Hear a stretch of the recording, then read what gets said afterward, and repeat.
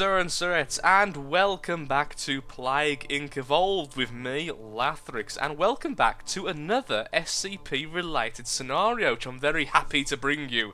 SCP-610, also known as the Flesh That Hates. This is one of the more well-known SCPs, so perhaps some of you may have even heard of it. Regardless, I'll be putting a link in the description for the SCP page, so if you want to read up on the lore, you can. I think it does go into a very slight detail in the description here about it. I'll probably chime in myself with little tidbits about it, as I do know this one pretty well. SCP-610, and also, of course, it's by Foxy Says Raw. Personally, I thought they said meow, but there we are. SCP-610 is a contagious disease that affects the victim's skin, making them grow large amounts of infectious scar tissue and eventually causing death. Once infected, the disease turns the victim into a creature actively seeking out new people to infect, or staying put and transforming their surroundings into a hellish structure. Into hellish structures. There's plural there. Yet that essentially is it. It is an infection that alters the tissue, causes them to die briefly, and then basically reanimate and root themselves and start to infect objects around them, although the infected objects aren't infectious. There's weird lore about that. It is apparently also in Russia. It is a really creepy, disgusting SCP, which I love, and it is actually a disease. So it's an SCP disease that's been made into a disease. I mean, what more could you want? I mean, I might as well stop the video now. It's diseasey. So let's play it anyway. And we are the Necrovirus, which I'm actually very happy to see. I don't know why, but I thought it was going to be a virus. Oh, that's because it is a virus. But I thought it was going to be a regular virus. But of course, the Necrovirus, as is in the name, is also a virus, so I'm pretty happy there too. About SCP-610. That's exactly the same as the description. Meanwhile, in Siberia, SCP-610 is found in an area near Lake Baikal in southern Siberia. The Russian government and SCP Foundation has done their best to contain the disease. So far they've been successful until one day one of the SCP researchers got a little too close and for some reason wandered off into humanity. Okay, let's have a look. We have rodents. SCP-610 evolves to spread through the lab mice used for testing by the SCP Foundation. Bird level 1, birds become susceptible to infection, that's the usual. Allows SCP-610 to pass through modern air filters, particularly those on airplanes. Fomites, it is able to transmit through physical contact, particularly in wealthy countries. That's the standard, and so is that, and... oh, nope. Shed skin evolves to survive in shed skin for brief periods of time, increasing infectivity in arid climates. Then we have symptoms. Itchiness. The skin begins to grow itchy all over the infected's body, giving them the sensation of constantly having poison ivy or many bug bites.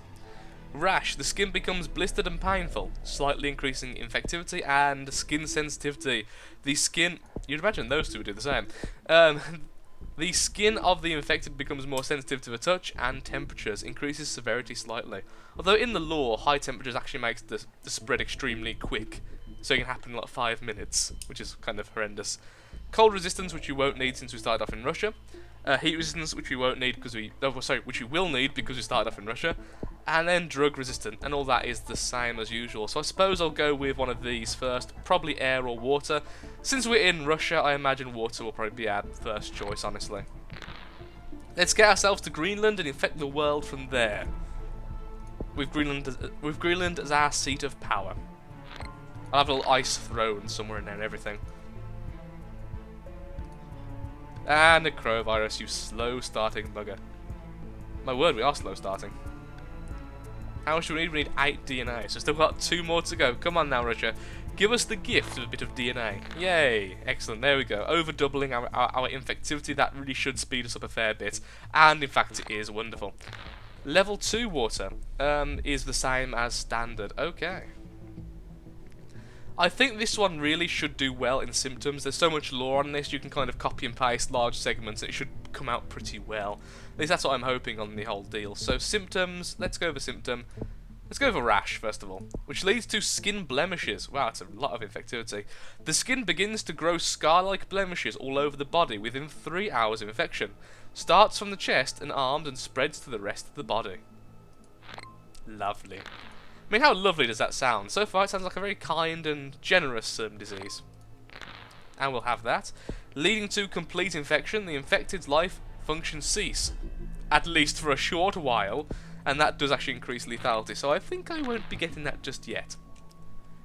Do we want more severity though? We kind of do for DNA, but at the same time we are the necrovirus, being caught would be a death sentence, but still... Okay, we'll go with skin sensitivity just because I do want more DNA. Oh, and itchiness, fine, we'll have both, and then we'll go into more symptoms, sorry, more transmissions. Water level 2 is 12. Though really, air would be better purely because we are not very good in hot countries as standard, and a lot of the hot countries are arid, so increasing our ability in arid countries probably seems the best idea. And now we're really good in planes as well, which is great considering we don't have an airport. Oh, we do have an airport, of course we do, with Russia. Why didn't I think Russia had an airport? I don't know. Okay, oh, there we are. Spreading like wildfire. Speaking of fire, let's go heat resistance 1, and drug resistance 1, and then heat resistance level 2. And that should be all we need, actually. So hopefully that will be enough resistances for everywhere. Seems like it. They have just found us, however, so incoming loads of places shutting down their borders. And we didn't get to Greenland! Really? We actually started off in Russia and everything. Russia has just closed down its land borders. Oh, we just got to Greenland before it shut down. That is exactly what I wanted to see. I guess spreading a bit more would be good, really. So let's do more spreading. Let's go with bird level 1. Just to make sure we get to as many countries as possible before the whole world, you know, shuts down. Do I want to pay more for transmissions, or do I want to save up for symptoms now? Oh, that's a hard choice because, well... Oh, we just got complete infection for free. We may as well keep it. Next one is life functions regained. Within a short time of death, the infected suddenly comes back to life with their life functions operating at 2 to 3 times the average human. I won't get that just yet. Let's try and infect a few more before we do that so they can't go mega Z-com on our butt. I was really hoping to get to Madagascar, but that doesn't look like it's going to happen. And we're pretty much getting cured so quickly now, I think. Okay, reanimating ourselves. Is there an ability to move? Okay, Horde Instincts will get straight away, along with Horde Mentality, and yeah, I'll keep it that for now. Additional scar tissue. Reanimated infected begin to grow additional scar tissue all over their bodies, which can be used to spread the infection to either humans or inanimate objects. Regeneration. Injured infected can use the surrounding tissue from rooted infected to heal their wounds and continue fighting. More effective on reanimated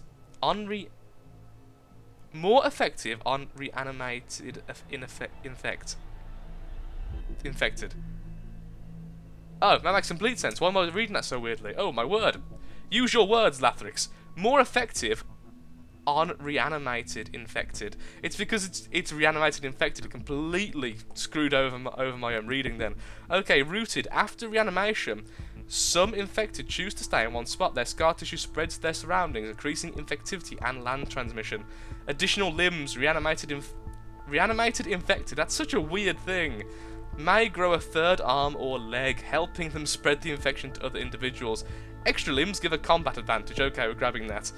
Changing heads. The heads of the reanimated may grow longer and or wider, or grow misshapen in other ways. Gives infected a better combat advantage. Well, I suppose if they're all different shapes and sizes, it's not quite so easy to actually combat. Okay, straight away, there's going to be some infected very soon in South Africa, I imagine, or not. But there should be some in East Africa. There we go. Let's infect Madagascar straight away, so I haven't got an island to start off on. There we are. Rooted symptom got mutated to 3, which is lovely. Yep, every island other than New Zealand is infected, so let's get some to New Zealand now. Before Zcom starts to try and screw us over. Cranial elephantitis. The bones in the misshapen heads grow thicker and stronger, adding to the infected's combat advantages. Finally leading to tank. Their heads fully enforced, scar tissue begins to build up around the rest of the infected's body, especially in the torso, added combat advantage. There we go, so our zombies should be able to pretty much kill Zcom if they ever do turn up. So I'm hoping they won't. Hoping we actually got there fast enough that we've conquered every area they could actually start in. Yeah, and we're now destroying countries as well. They're trying to cure us. Oh yeah, I haven't cured that yet. They start off in Libya, which we already have zombies in, which I'm quite happy with. It's always good when you already have zombies in the place it starts in. Wow, things everywhere. What else could we get then? Let's get regeneration. I'm assuming that's the reanimation ability. Oh, it isn't. That's odd. Okay. Oh, more effective reanimated. So we actually need that separately. Okay. And then it's all the usual stuff from zombie over here. Okay, that's fine. Consumed. The scar tissue of the rooted infected completely takes over nearby objects. Touching these objects can spread the SCP, leading to Infected Fortress, which sounds like a really cool band name. The Infected Fortress. Rooted infected use their abilities to create fortresses out of their surroundings to protect themselves and other infected. Added protection helps combat abilities. So that'd be pretty damn cool. Let's spread some more zombies over to Libya. There you go, you can have 1,000 more. You're welcome, Libya. They're growing stronger. We cannot allow this. Well, soon we're going to have another combat advantage, so there we go. Hardened Fortress. Fortresses created by the infected become harder to penetrate, making them harder to study. Decreases cure research. Hanging Corpses. Ooh.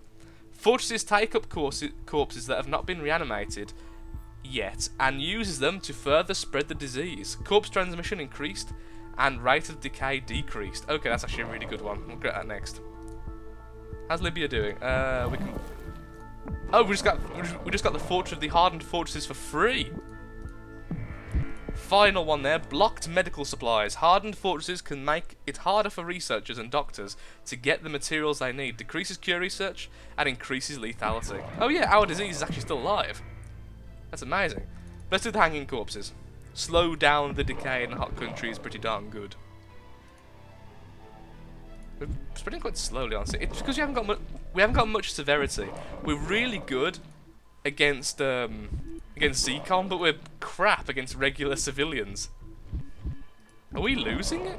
Oh, I was looking at the world in general, and of course we are losing zombies because we're decaying everywhere, and only a few countries actually have people to still infect. If you can hear a dog barking, it's because there's a cat fighting outside, which is leading my dog to bark at the wall. Because she's smart like that, and we all love her because of it. Shall we just reanimate more? Let's start reanimating the dead over in Libya. There we go. A lot of our DNA wasted there, but hopefully that should speed up the process. Which it is. Excellent. So, I've just realised, are we not in the Caribbean? Oh dear, that's not good. On the other side, we can just reanimate people there and just spread them from there. There they are. Really should have checked. Yep, only the Caribbean we're waiting on. Which is about to be infected by several thousand people. Blocked medical supplies, so the cure research has been slowed even further. The Caribbean has just become infected, and is losing the battle, as to be expected. Final one, active reanimation. Corpses taken in by fortresses are more likely to reanimate, so as we kill, there's a higher chance of getting zombies. Which is pretty cool. Oh, Libya, are you losing? Really? Libya, you're not allowed to lose.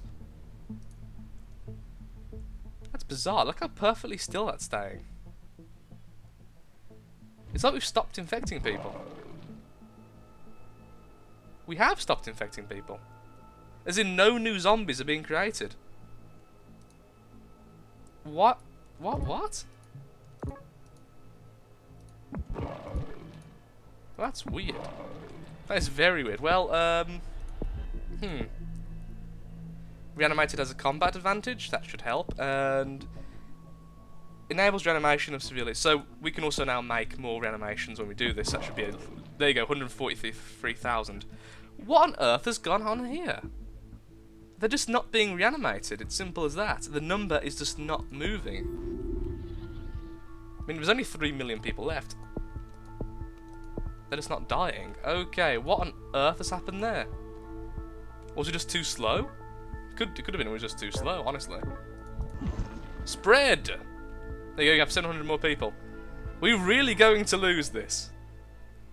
What on earth's done that?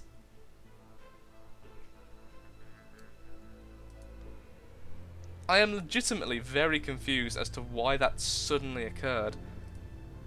Was it possibly active reanimation? Did that glitch out? I don't think it is, but it could have been that. How weird. Or it could have been we just took too long. Ah, yeah, ZCOM lockdown completed and all that stuff. We just took too long. It's simple as that. Yeah, okay. It's just us being far too slow exploring all different things. We could have won that quite easily, but we screwed it up. Oh dear. Well, I think we pretty much explored the entire scenario, which I'm quite happy with. I enjoyed it. I think it has a lot to do to make it perfect. More stuff themed to it. I mean, in abilities, you could very easily write it how it could spread. So try and put the SCP into more things, so it's got less of the standard stuff, and then it'd be really good. I'm going to give it 4 out of 5. I enjoyed it a lot. I think it was very true to the SCP without deviating too much, and I think it's a fairly fair scenario. I just screwed up a lot in my play of it. So I hope you've all enjoyed Cert. Remember, there is a link in the description to go and view this SCP if you want a good short read. And I will hopefully see you next time. Thank you for watching and goodbye. Of course, comments, likes, shares and all that are very much welcome. Thank you for watching and goodbye.